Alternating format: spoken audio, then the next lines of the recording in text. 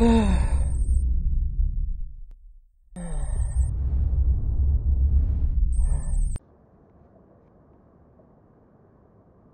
long have you been standing there? Not long enough as the chain of events that were visualized in such isolated space. You would know. Of course.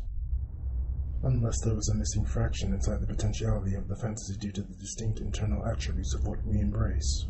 Well, for a derelictionist such as myself, my imagination has become organically advanced, and I've become its veteran predecessor to such a bioorganic protege. The appropriate rendition for an offspring. As its head, what did you see? It's funny you ask. Because my eyes were never closed. Doesn't mean you weren't unconscious. Well, never say never. Because my eyes were wide open, just not here. But far out there. It's like I had a great field of view, originating from months to several weeks ago.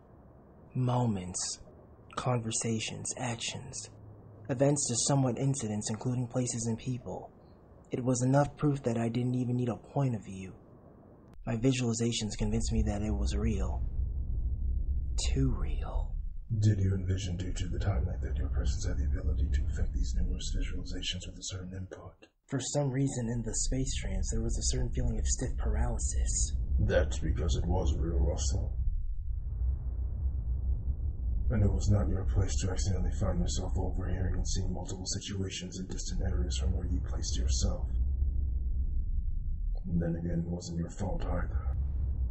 Especially when dealing with internal polarities. Fine, remind me not to imagine 1,000 places at the same time in order to infiltrate my enemy. Believe me, Crane. You do not mind, nor will you ever cease to imagine the captures of the universe, positive and negative. Especially when it regards to your enemies. My enemy is all in one. Durousis. When I made up this derelictionist practice, it was meant to be an experimental dedication to a certain kind of behavior regarding the nature of self-imposed exile and how the participant's personality would respond to it. I don't mind living with it, but because of time, I have a minor sort of regret. The many reasons you all have regrets is because of the crimes you and your unit have committed.